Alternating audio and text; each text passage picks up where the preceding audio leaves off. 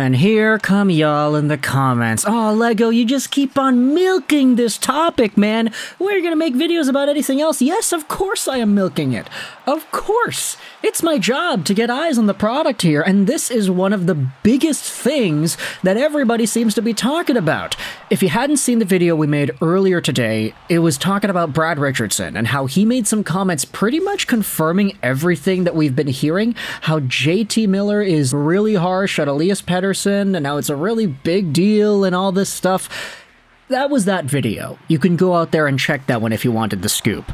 This video, however, is going to talk about the trade updates, because we have seen some other insiders going out there and talking about the idea of a trade, and some more conversation that was percolated on different parts of 650 radio and what this could really mean. Because in the last video, we didn't talk too much about the idea of trading one of these guys, because I even said that we've been making too many videos going over that idea. But now, there's some extra stuff, so let's dive into all of it and more. Courtesy of ExpressVPN, go out there and use the first link in the description for all your VPN needs. It helps out you, it helps out me, everybody wins, and you get the VPN service that you deserve. So this video is brought to you courtesy by Express, but it's also brought to you courtesy of Taj's Twitter account, because earlier yesterday on the 31st, so haha, this is from last year, you had Satyr Shah go out there and say this on 650. Sat thinks that if the Vancouver Canucks truly wanted to trade Elias Pettersson now, they would have gone quiet, and Patrik Allvin would not have made the comments that he did. Sat said the Canucks know the trade value for both Pettersson and JT, and they don't feel it's high enough. The Canucks don't think they can win a trade right now. And this is where you start to think about the unfortunate timing of everything that has come out. How last year, you can say, JT Miller's trade value was at its absolute peak. The guy had signed that extension, he's making $8 million a year, he was a 100-point player, and a lot of people were taken aback by just how strong of an influence he had on the game.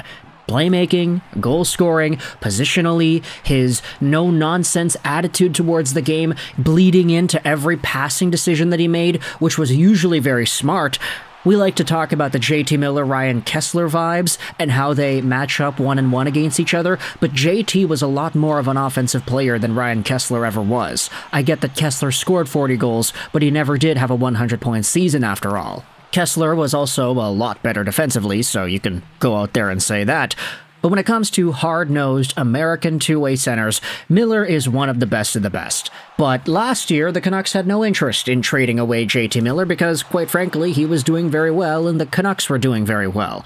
In 2023, there were a little bit of conversations here and there sprinkled about trading Miller.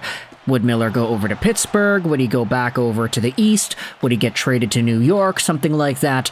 But ultimately, the Canucks stepped away from any sort of a Miller deal in 2023 because the value wasn't aligned. Vancouver was not getting any sort of an appropriate trade return for Miller, who in that season in 22-23 was struggling. That was the year where Pettersson had his 100-point season, and everything flipped around the next year. Now it's 24-25, and Miller is not really playing his best. He's definitely in a much worse spot reputation-wise compared to any point of the previous few years because of this Miller-Petey drama, because he took a leave of absence, because he isn't producing as much as he has been in the past, and because he, quite frankly, isn't playing well. The funny part is, Miller still finds ways to get points on almost every goal the Vancouver Canucks score. But I think most Canucks fans would agree with the idea that Miller was more effective and more consistent last year.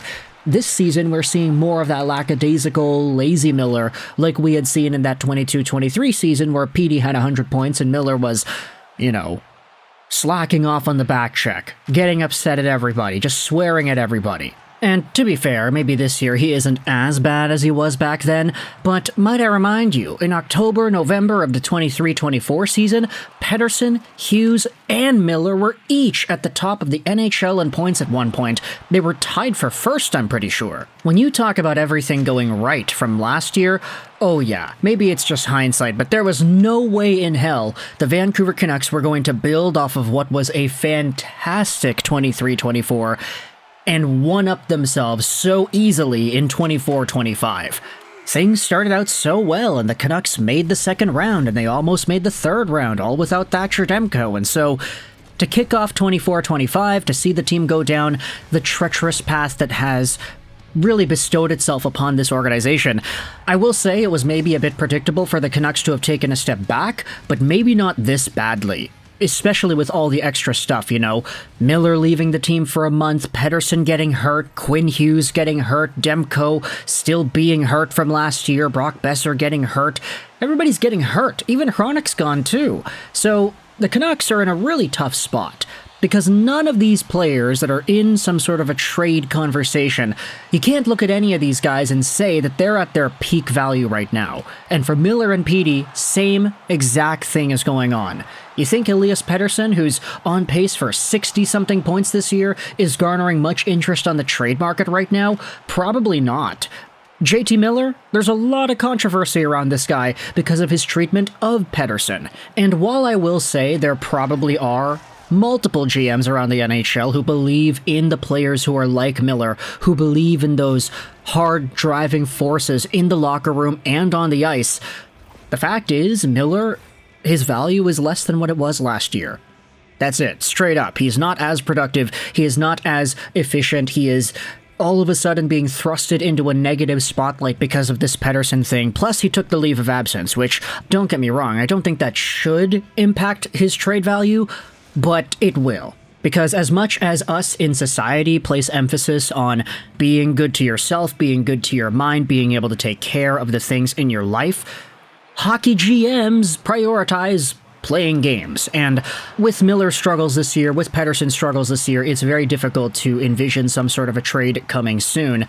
At the same time, though, you should acknowledge that for Elias Pettersson, I think Sats Shaw has a really good idea here. If the Canucks really wanted to trade him away, why would Alvin go out there and devalue Pettersson in the market? Why would he go out there and say, yeah, this guy needs to mature, you don't mess with Jim Rutherford because a trade can happen, anything is possible, anything's possible! Like, Patty Alvin didn't do any favors for Elias Pettersson's trade value by making those comments in the media the other day. And so with this in mind, is it easier to conclude that the Canucks would instead want to build around Pettersson? I'd say it's probably likely. When you think about the age, you think about the role, you think about the money. They committed more money to Pettersson. He's a lot younger than JT. There aren't some of the same issues that you're getting with JT, with Elias Pettersson. This is a different type of personality, yes, but at the end of the day, I think the fact that Petey was outscored by Miller last year, I think in a lot of people's eyes that was seen as somewhat of a surprise. Like, people weren't really expecting JT Miller to have a 100-point season or to do the things that he did. People were expecting Pettersson to go back-to-back with 100-point years. So maybe now it's starting to lean more in the direction of JT being a more likely trade candidate, although his value definitely is lower than where it was last year. Now, just to make things a little bit spicier before we end off this video, I wanted to look at another tweet made by Taj. Yanni POV went out there and said, Petey is the issue. Why teams want Miller or not Petey is because he's a weak A player. And then Taj replied saying, teams want Miller? Since when? They've tried to trade Miller 3 to 4 times over the years, and no one has come close to meeting their asking price because they know what he brings off the ice and the impact he's going to have in the locker room. And that, of course, is a very strong opinion, but it's one that I think actually is worth thinking about to some degree. How much of JT Miller's trade value is determined by the stuff that he does off the ice, by how hard of a motivator he is? I'm sure a lot of people like that, but at what point does it go too far, and what point does it hold back what teams are willing to do to acquire this guy?